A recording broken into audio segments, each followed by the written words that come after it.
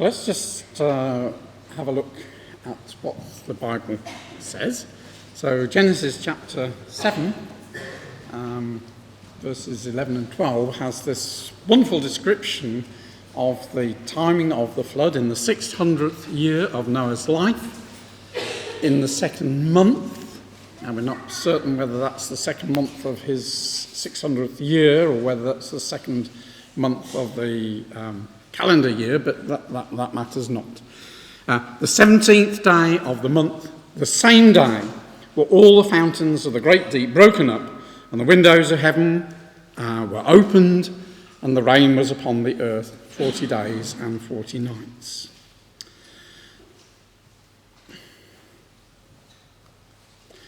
So what do we understand by let's just go back to that one. What do we understand by the fountains of the great deep and the windows of heaven? Well, the fountains of the deep seem to indicate that there was a lot of water, and science now is beginning to say that this is the situation. Not only is there a vast amount of water under the earth, in Africa, huge underground reservoirs of water, and apparently under the river Nile. There is another river much deeper underground that runs with greater volume than is in the river Nile. Huge amounts of water are under the earth.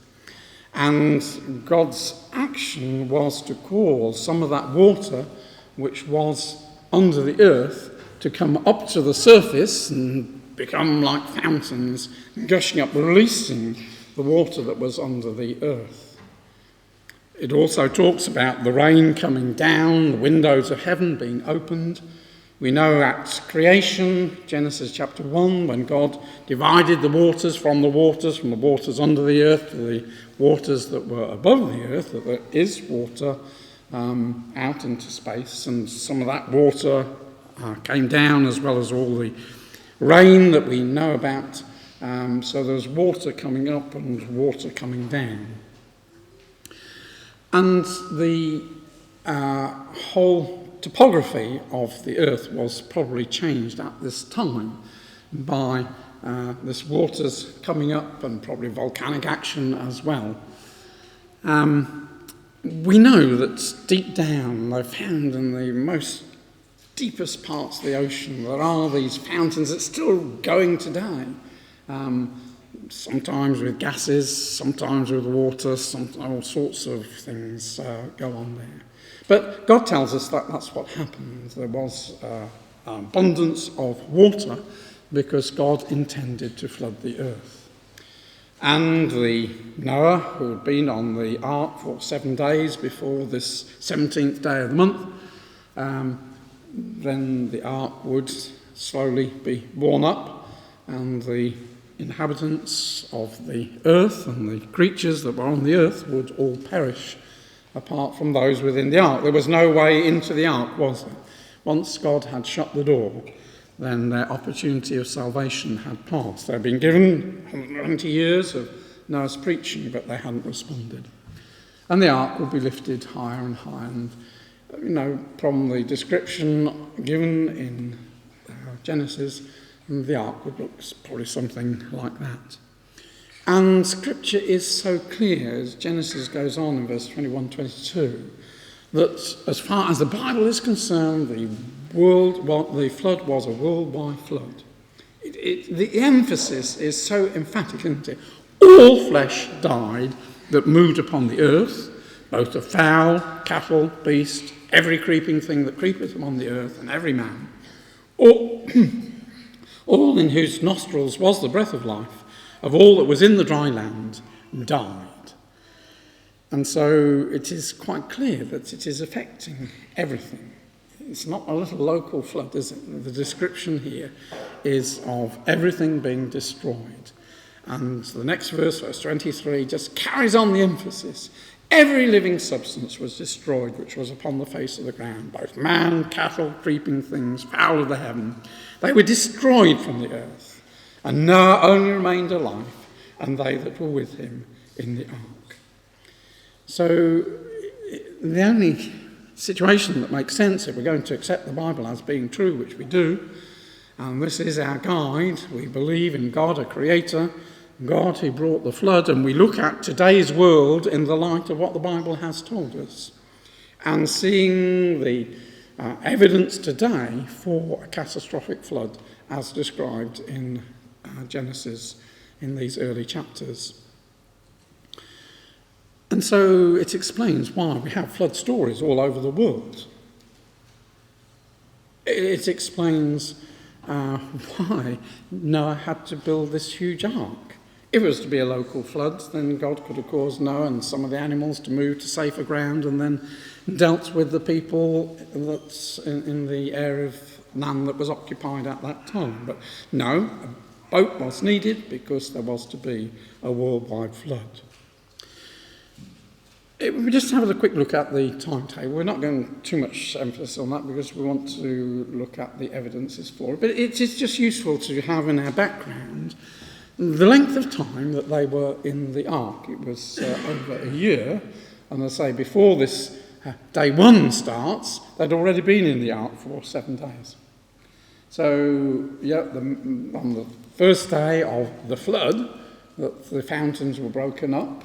Rain ceased after 40 days and the waters began to abate, but it was 150 days before the ark grounded and 224 before the top of the mountains could be seen.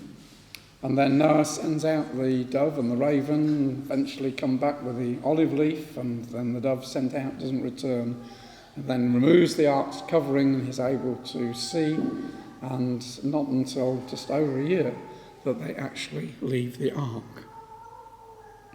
What would Noah and his family do all this time? Well, there'll be a lot of work looking after all the animals. Maybe they did hibernate, but the interesting thing was that God told them to take food onto the ark for the animals as well as Noah and his family, which would indicate either that was in preparation for their early days when they came off the ark and would still need supplementary feeding, or that they had to be fed during the journey. But there's a fascinating book, it's in the lobby, it's got a picture of Noah and the ark. This chap did his thesis as to the how you could look after, well, first of all, whether you fit all the animals onto the ark, which you easily can, but how you would deal with the dung and all the rest of it. It's a fascinating book. Not something you'll read from cover to cover, but dip into, unless you like boring books. But it's interesting but boring, if you get my meaning. So what we were more interested in this particular aspect is what is the evidence for the flood. Well, we look at the rocks of the earth, and I believe that these point very much to the evidence of a flood. We look at the fossils, and again, a flood is a very reasonable explanation as to how fossils were formed, whereas normally fossils don't form. When our goldfish dies, or fish die in the rivers, they don't turn into fossils, do they? And the fact that there are these flood stories around the earth, we'll look at those. And it's a bit of a side, but it's very interesting how many nations link their history back to Noah's grandsons. And one can trace every one of Noah's grandsons. You can find historical links, either names of rivers, names of places, names of country, names of people, from every one of those 16 grandsons, which bears out the truth of the biblical record that the earth was repopulated by them. But first, a bit of background. So, was it a local flood? Well, we've looked at those verses which indicate very clearly that it wasn't a local thing. There is an important little bit of information in the early verses, in verse 19 and 20, that the waters prevailed exceedingly upon the earth, and all the high hills that were under the whole heaven were covered. 15 cubits upward did the waters prevail, and the mountains were covered. Now, why does it say 15 cubits? Why not 20 cubits? Why not 10 cubits? Why 15 cubits? Why is it so precise? Well, God told us the dimensions of the ark, that it was 30 cubits, 14 metres high. And most vessels, when they're floating in water, when they're laden, as the ark was, are about half submerged. So God is telling us that the ark would need clearance of 15 metres. And he's telling us, yes, he ensured that the waters were 15 metres at least, 15 cubits, above the top of the mountains. So, there's just an interesting little corroboration of the truth of the details that Moses penned, which we can read. It makes sense. The ark was able to safely, for a year, just float around without grounding on any hills. Now, we think of the height of the mountains today, and we think, well, that's going to be a terrific lot of water to flood the mountains to a great height. Mount Ararat, where the ark came to rest, is a pretty high mountain today, and just travel further eastward, and of course we have the Himalayas and Mount Everest at nearly 9,000 metres high. So does it mean that the waters were, maths isn't that good, 8,863 metres above sea level? No. It seemed quite clear that the mountains before the flood didn't exist as we know them today. There is a verse in Psalm 104 which, in the first instance, is talking about God's creation on day 3 when there was the separation of the land from the seas, and it seemed quite clear that the land masses rose up and the waters would flow off and create the valleys and the gorges. And it would seem that a very similar process was at the end of the flood. And when God's got a good way of doing things, why not repeat it? So that as well as the water draining, there were changes in sea levels. It speaks, we'll just go to the latter part here, talking about the waters. They go up by the mountains, they go down by the valleys unto the place which thou hast founded for them. It seems to indicate, as I say, earth, mountains beginning to rise and valleys sinking down, and then all the waters would run into their positions. And I believe that after the flood, for quite a period of time, there was the cataclysmic forces that God released in the flood had the effect of raising the land masses. And that would be a reason why we then get continents like Australia, which are now completely separated from other land masses. But in the time after the flood, while the animals and man was migrating, there would still be these land bridges. But as land masses rose and still shrinking valleys and the seas, that then these became islands. It talks in Genesis chapter 7 of the fountains of the great deep being broken up. And so that indicates some earth movements. And when we come to Genesis chapter 10, we have this rather enigmatic verse that unto Eber were born 2 sons. The name of the one was Peleg, meaning divided, division, because in his days the earth was divided. Now, that could be the time when Babel was, and it is a division of language, but it could equally be that during his time there were quite violent movements of the earth, which caused quite a lot of the separation of the land masses. And we can't be sure, but it fits into this general picture that the mountains, and the mountains are still rising today. That this process is still going on. They have to recalibrate the height of the mountains because they're still rising. Peleg was born 100 years after the flood and lived 239 years. So, why build an ark if there's a local flood? Why? But let's look at this evidence of the rocks. So I'll just put that slide back on again. In very simplistic terms, and I'm talking very simplistic terms, 10% of the Earth's rocks are what are termed sedimentary, and 90% are igneous. So in the igneous, we're involving the granites and all the other things. I'll say we're just simplifying it just for these purposes. But on the surface of the Earth, it's reversed. 75% of the rocks on the Earth are sedimentary, and 25% are igneous, volcanic, which have come up through the sedimentary and are lying on top of it, which would indicate that at one time the Earth was covered in sedimentary, waterborne layers, sediment, rocks, and with the volcanic coming up through. So that points to some big catastrophe to cause sedimentation. Sedimentation is movement of water and the dropping out from the water movement of the particles which are being carried by this water and the separation of them into different layers. And as I say, the floods is the wonderful solution, really, to the rocks that we see today. Fossils are found in the sedimentary layers. They're not found in the igneous, they're found in the sedimentary and the waterborne layers. And, as I said earlier, creatures don't fossilise when they die. They get scavenged, they get eaten, they just disintegrate. In order to be fossilised, you have to be buried very rapidly, and you have to have pressure and you have to have temperature. All the things that are present in the time of the flood, but aren't present in normal everyday life. When a creature dies, there isn't anything to bury it, and there is no pressure involved or heat.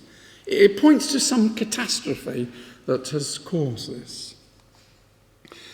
And the fossils are formed from living creatures, not dead creatures. See, evolutionists say a creature dies and it turns into a fossil. Well, there are certain things which we shall see that indicates that the animals were alive when they were fossilised, not dead. So fossils don't normally occur. It points to something catastrophic, and it needs this rapid, deep burial to cause them. And we have fossils which penetrate up through many different layers, which again is a great difficulty for the evolutionists, because they think that, a huge layer represents thousands of years, so how could you have a tree being preserved going through many, many layers? So 95% of the fossils are marine invertebrates, in other words, creatures living in the sea. And yet we find their fossils on land. So how do we explain that? Well, the flood explains it because they were carried there, but how do you explain, under naturalistic ways, that we find all these fossils of sea creatures in the middle of Nottingham or wherever? The rest of the fossils are mainly vertebrate fish, and the animals and human fossils are very rare in comparative terms. Now, the evolutionists say that the Cambrian layer, the layer at the bottom, is where we find the first fossils. There are some in Precambrian, but they're usually disputed. But the first clear fossils are all in the bottom layer, what they call the Cambrian. But the thing about those fossils is they aren't simple creatures, they're complex creatures. So it is a bit of a puzzle how we have these complex creatures at the bottom of the pile, which is supposed to be the beginnings of life. It's not what the fossils talk about. And in the Cambrian layer, all the different families are all represented in the fossil. But again, how do you explain that on the evolutionary lines? And some of those families are now extinct, but no new ones have arisen afterwards. They were all there, right at the bottom of the pile. And nothing before them and nothing after, which would indicate a change from one creature to another. So if the fossils aren't as a result of the worldwide flood, then we have to say, well, we believe the Bible. The Bible tells us there's a worldwide flood, and yet there's no trace of it if the fossils aren't as a result of the flood. apart from the flood stories around the world. But I believe that, it makes much more sense. God created 6,000 years ago. Man lived for 1,500 years and then was catastrophically overwhelmed and buried. That this is not the remains of anything, a pre-Adamic creation, but the remains of the world of Noah's day. And as I said, we've got these footprints and animal tracks side by side, indicating they lived together. And we have fossils of ephemeral things like a leaf. Now, a leaf, in a few weeks and months, the worms have eaten it, it doesn't get preserved. There's something strange has caused leaves to be preserved, and even raindrops have been found in fossils. And worm tracks, things which normally would just disappear very rapidly, but something strange has happened, and the flood is the really only explanation. And as I said, it is clear that these animals were alive, and this particular fish, and let's just enlarge it up, was in the process of swallowing another fish, having its meal, when suddenly, bam, it is turned into a fossil. It hasn't just died and over a period of time turned into a fossil. I was just going further in there. And this Ichthyosaurus is giving birth to its young, again, just to enlarge that up. Now, there's every indication that, a live birth, there's nothing there, but suddenly something happened to it. It was overwhelmed, covered in sediment, great pressure, turned into a fossil. And the real killer is that when you buy shellfish, if they are open, then you know that they're not fresh or new, because the muscles relax after it's died and they open up. But you never find any fossils of shellfish which are open. They're all in the shut position to show that when they were fossilised, they were alive. Some catastrophe has overtaken them. So the traditional ideas of evolution that, they die and somehow they get fossilised. And as you can see just how shut they are. I'm sorry, I've gone the wrong way. And when you think of the depth of, big, isn't it? That's got to be covered in sediment to be fossilised. So that indicates a tremendous amount of sedimentation to overwhelm a creature like that. And it's not just as if there's one dinosaur found, but, you find thousands of dinosaurs all been overwhelmed. The floods, explains the mechanism that evolution and ages of time doesn't. And there's this polystrate, there's a tree trunk. No, we're going to come back to that, but I just put this up. So this is the traditional geological column with all its different divisions in it. One has to say that one doesn't find examples of all these anywhere, bar I think there's about 0.4% of the Earth you can find representatives from all of these layers.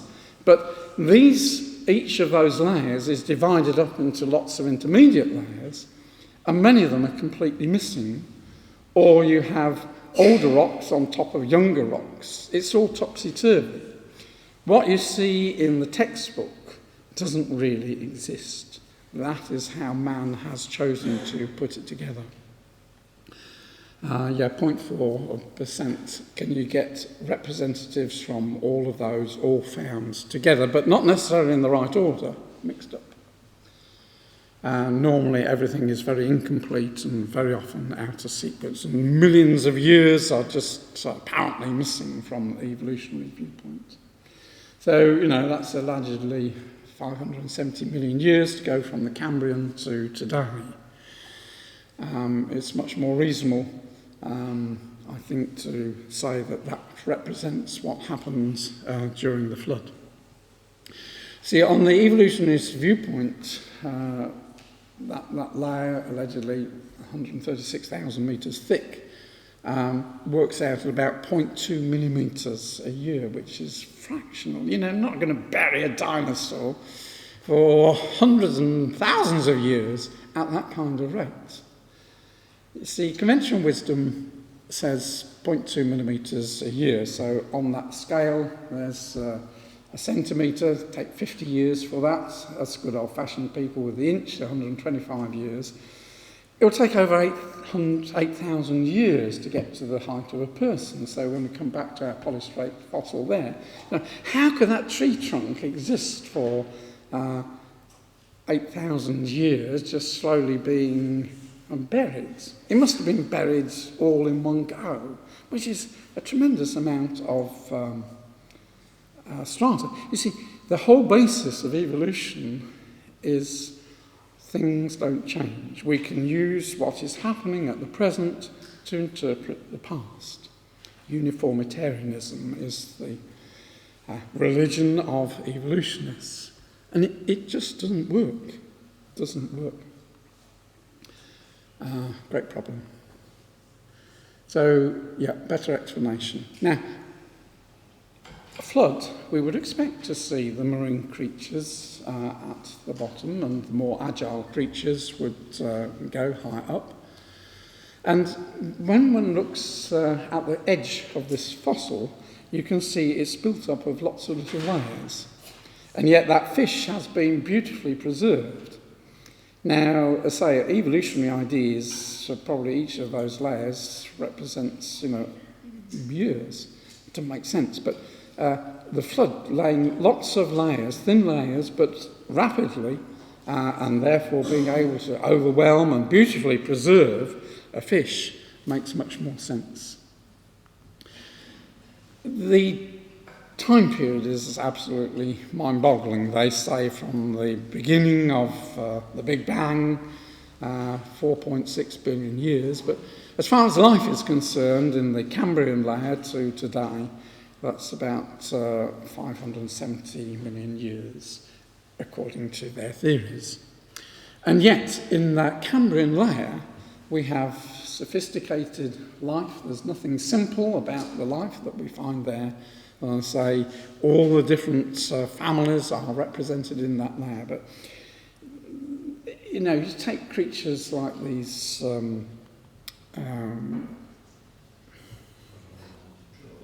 trilobites. Yeah, I'm getting old. I'm very tired as well. Trilobites. They are so sophisticated. There's nothing simple about them at all. And yet there they are on the bottom layer. They have these eyes. Each eye is made up of between 100 and 15,000 different individual lenses to each eye. And within each of those lenses, it is made up of two parts, calcite and chitin. And it is thought that that was so it could see undistorted under the water. But, a multifaceted eye. This is no simple creature. This, just the very thought of an eye evolving, as Darwin says, left him cold. So here are creatures down at the bottom with these most sophisticated eyes to them. And interestingly, you go to the Smithsonian Institute, which has the biggest collection, 45 million fossils in its collection, of about 250,000 different creatures. You would expect they would have fossils of all hundreds, thousands of missing links, but there are no undisputed missing links to be shown. They just don't exist. And this again is glossed over by the evolutionists, of course, but it's very serious. If you can't see that there is a transition from one creature to another, why should we believe in evolution? Well, we believe God created each creature. It happened instantly. God said it happened. So as I say, each of the 26 major groups we can find in the Cambrian layer, but no previous ancestors. Just a sudden burst of life is what we find from the fossils. Now, recent events like the eruption of Mount St. Helens which, if you're as old as I am, that's recent. To some of you, that's history, isn't it? 1980. But in 1980, Mount St. Helens in America was the most observed great eruption that has been witnessed by man. That's what the mountain looked like before it blew its top. That's what was blown off. The whole of the top disappeared, and great changes to the whole region. And it is estimated the power in that volcanic catastrophe equivalent to 20,000 Hiroshima atomic bombs. And it carved out valleys and formed strata in just a few days, few weeks. In fact, the depth of that's 180 metres. It's like a miniature Grand Canyon to a 1/40th scale. It didn't take millions of years. Happened a very small period of time.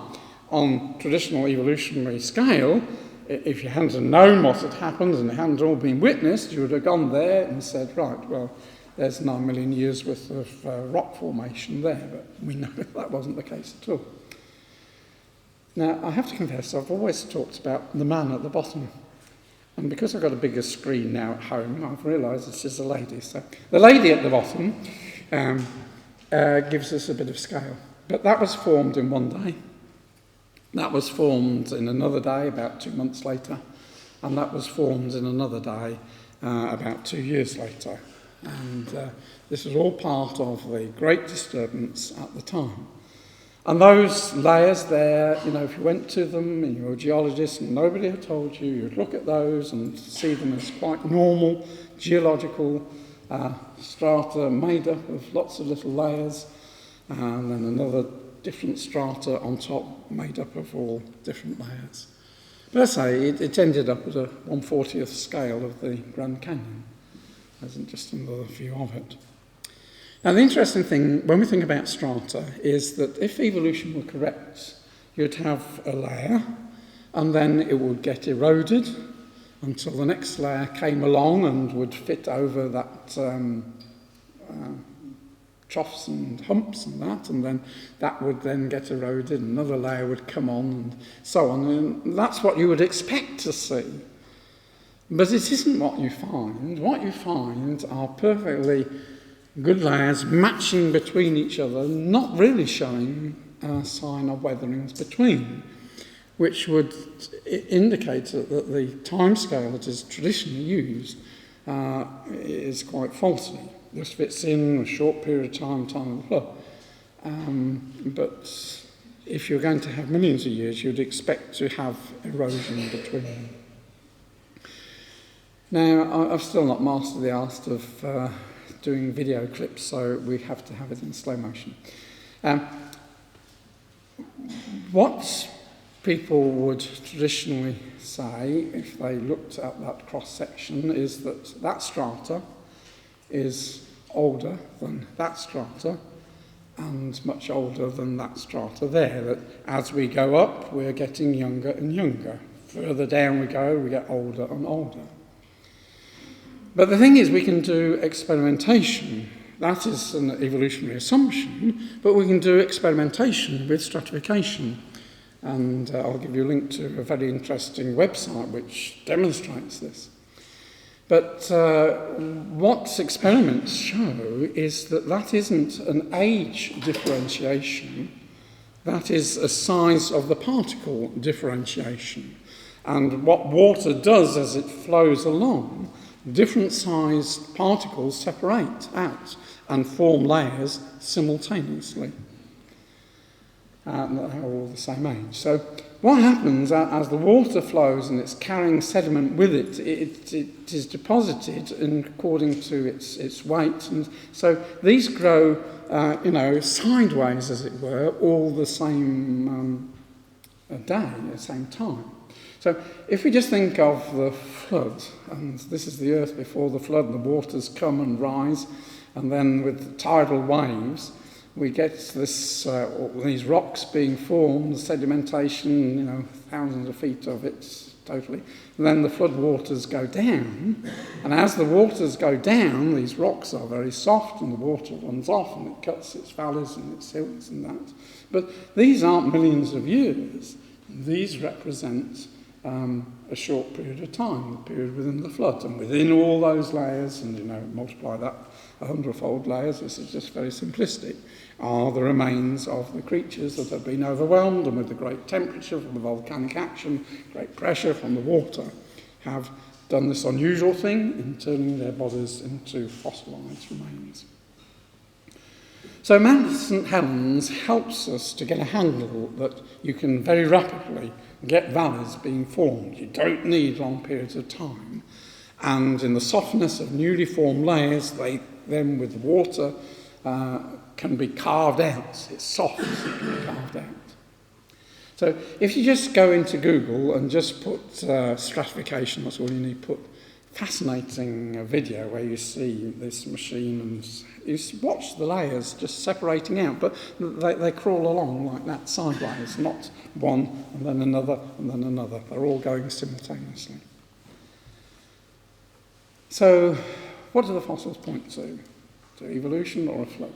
Well, the fact that there's total absence of intermediate forms is a great barrier to the evolutionists. Life is very complex right from the beginning, which is a great problem for evolutionists. And there is no mechanism to form fossils. It needs rapid burial. And rapid burial and heat and pressure don't exist in everyday life. Whereas if we look to the flood, then, well, it was a catastrophic. The Bible makes that quite clear. It needed a flood. They were buried alive. There was the water, the strategy to carry the creatures and bury them in the soft mud and gravel and all that was being carried along. And there was the heat and there was the pressure. And the stratification is a natural process of leaving us with all these different bands. So, we Saturday morning, yes. Yesterday I was down at Hunstanton, and you go to the cliffs and you see all these cliffs, and they would say, well, that represents millions of years to get all to there. But, I believe that was formed in a short time, the time of the flood, and the different colours represent the different materials that were being carried and dropped out. So evolution has to assume that things haven't changed. This uniformitarianism that, as I say, we use the present to give us the key to the past just isn't true. If the Bible's true, things aren't the same. There was a catastrophic flood which altered everything and has a great bearing on their attempts to date things. The Bible tells us, yes, things have changed. It makes it quite clear before the flood, certain conditions after the flood, there were seasons and rain and, it was much shorter lives. And it gives us the mechanism, fossils underwater, change rocks underwater, and changes in climate, and we have to factor all those in when we're looking at time scales and dating. And also the Earth's magnetic field is changing. That's something which can be seen. And that again has quite a bearing when we're trying to do dating and trying to say, when did all these things take place? And so evolution says, well, at the beginning there was nothing, a big bang, and then we begin to get forming all the different things that we have. So when we are trying to date something and measuring the half-lives, we're going back to zero at the beginning. Whereas if we believe that God was creating things, then we didn't start at zero. When God created, he created Adam and Eve not as day-old babies, but as grown-ups. He created the trees not as little tiny saplings, but they were bearing fruit. He formed trees with fruit on. He formed adult animals. He formed a sea which would have salt in it for the saltwater fish. We didn't start from nothing. We started with a mature earth. Now, evolutionists, say poo-poo to that, but we believe the Bible. And this all has a bearing on our dating process. So when evolutionists are dating things, because they assume that we've got to get back to zero for the beginning, that's going to give a longer length of time than if we believe, well, we started off with this amount of carbon-14 or whatever it was at the beginning, and now we got to this, and so we work our way back. Also, because the rocks of the Earth were underwater for over a year, anything that we're trying to analyse, water is a wonderful solvent and it will leach out. So if your sample that you've been examining now was at the time of the flood underwater for a whole year, then again it is not going to contain the same amounts as at the time when it was first buried.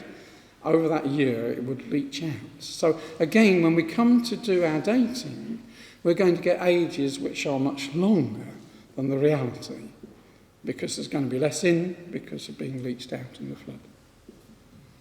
And conditions were different, magnetic fields, atmospheric pressure. All these very subtly alter dating. So evolutionists are always going to come up with ages which are much longer than the reality. They don't normally bother to date coal, but when they do, they get a date of about 33,000 years ago, whereas on evolutionary ideas it should be 250,000 years ago, 250,000 million years ago. And I have no problems with 33,000 years, because as I say, I believe that was coal and the oil was formed in the time of the flood, but because of all the leaching and that, yes, you are going to get a longer age in reality. But, you know, it's so totally different from what they expect. And here we have Mount St. Helens. We know that erupted in 1980. And yet we go to the lava and you apply your traditional dating to the lava from that, and it gives an age of 350,000 years using the potassium amalgam method. And yet we know it was only formed in 1980. Wood found in Cambrian rock, which is right at the bottom of the pile, supposed to be millions of years old, dates to 4,000 years. I'm not going to try and pronounce it. I've seen it, but it has this unpronounceable name, unless you're in New Zealand. Again, gives vast ages, millions of years, but we know that what they're dating is actually no older than 1949. So there's something wrong. Oil. Again, when one dates oil, you get a very young age, not millions of years old. So things like carbon-14, that was one of the earliest dating methods. According to evolution, there shouldn't be any carbon-14 after 100,000 years, and yet we find carbon-14 in the coal and diamonds and oil, which is a great puzzle, which indicates that it's not as old as it's cracked out to be, much younger. Therefore, we still have got carbon-14, which should, with all the half-lives, have all disappeared. But that's not the reality. So, flood stories around the Earth. We have well-known Babylonian accounts and Ebla tablets and Nineveh tablets. The Bible is the original. The others are the distorted stories. But we find accounts from all over the world. There's over 200 flood traditions from Europe and Asia, Australia, East Indies, Melanesia, Polynesia, South America, Central America, East Africa, all having stories of some far back time there was a flood. And common to them all is this recollection that this flood destroyed the earth and there was a new start, and there were just a few escapes. This is a common theme. Many of them involve the building of a big ark to preserve life. And this John Morris, not our John Morris, but a John Morris, who collated these stories, there were differences between the stories, but he drew up this chart, and was there a favoured family? Well, in over, what's that, probably about 85%. There's 100% at the end there. So, the vast majority of them all talked about there was a chosen race who was preserved. Were they forewarned? Well over 50%. Flood due to wickedness. All these things which show clearly that these stories have their origins in the reality of what the Bible tells us of the flood. That is then carried as people dispersed around the world. That story would get carried, get distorted, get corrupted. But, by putting it in a channel like that, it shows how interesting these stories are. And the founder of the Chinese civilization was said to have escaped with his wife, his 3 sons, and his 3 daughters. So they're the Chinese in their history. The founder of the Chinese, so the descendant from Noah who came and founded the Chinese dynasty, that's in their history. And it is in fact incorporated into their language, because their language is made up of pictures. Their word for a boat consists of the symbol for a vessel, a container, 8 people. You couldn't make that up, could you? It only makes sense that their word, which they use today for a boat, has its origins way back when, at their beginnings of their foundation, of their civilization, 8 people were preserved. And the word that they have for tradition, for handing down information, that is, again, you see 2 of them the same, but it's water, 8, and person. So, back in their history, this concept of being able to pass information on has, in the pictogram of their language, this idea of 8 people and something to do with water. In fact, there's a whole DVD back there about Chinese language, and it's how it proves the Bible account. Absolutely incredible. Even on the Fiji people, it's only a canoe, but that's understandable, isn't it? Because a big boat to people in the Fiji wouldn't make much sense. But 8 people were saved. That's in their tradition, that at their founding, 8 people were saved in a canoe in water. Many nations trace their origins to Noah. I'm not stocking it at the moment because I have a bit of a job to get it, but you go on internet. Fascinating book. There's a copy in the lobby. After the Flood by this Bill Cooper. And he traces genealogies of all sorts of nations, the 70 nations, British history and that, and takes it back using the ancient chronicles back to a grandson of Noah. It's absolutely marvellous. Fascinating book. And, just simple things. If we accept the Bible, and there were 3 families 4,300 years ago, time of the flood, then we would expect to have the kind of population we have today. Whereas if man was on Earth for 20,000 years, and a lot longer in evolutionary terms, there should be total overcrowding. And there is an acknowledgement now of genetics. To begin with, they were pointing the finger and saying, this shows that the Bible isn't true. But the more they're doing with genetics, the more they find that they come from a common Eve. And they use the word Eve, don't they? Not that they accept this Eve, but yes, all nations do have this common origin. We had a brother at rugby who studied this and gave us a fascinating 3-part talk on genetics. It's on the internet. So, yes, we're near at the end. I know time has gone on. I do go on. I do apologise, but I hope things aren't burnt offerings down below. Noah's 16 grandsons can all be shown to be historic people who gave their names to countries or rivers or places or the gods of where they emigrated to. But you can work out where they all moved to. And as I say, there must have been land bridges for the animals and man to go, but as time moved on, then those land bridges were broken. Therefore, you got interbreeding purely within the group that were there on the island, and therefore specific characteristics which we see today would come to the fore. But that's absolutely fascinating study. So the Genesis flood fact that there was a flood is a great challenge to the evolutionists. And of course, it's a warning for today. And we can be quite certain that the evolution is a theory which is built on shifting foundations. It is a sand. And the day will come when the Lord Jesus is here and men and women will have to acknowledge that they have inherited lies and that there is a God.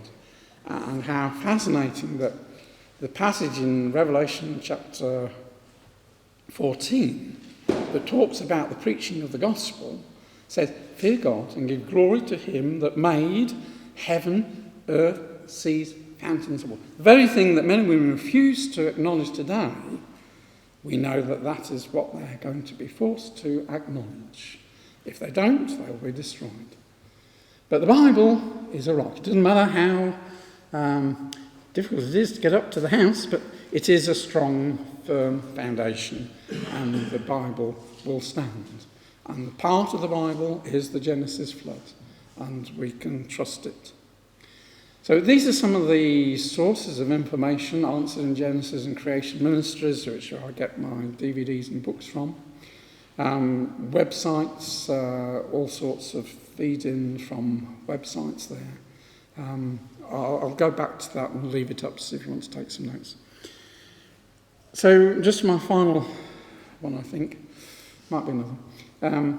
We have Jesus' warning that as in the days of Noah, now I admit that in the first instance Jesus was talking about the events of AD 70, and in a similar situation they ignored the signs of the coming of the Lord Jesus and destruction upon his nation. But very clearly we have the secondary application to our day, that people are ignoring God, and we know it, and how rapidly this persecution of Christianity in this country is absolutely overwhelming, isn't it? Now in schools, teachers are not allowed. It is against the law to teach creation and the Bible principles of marriage and all the rest of it.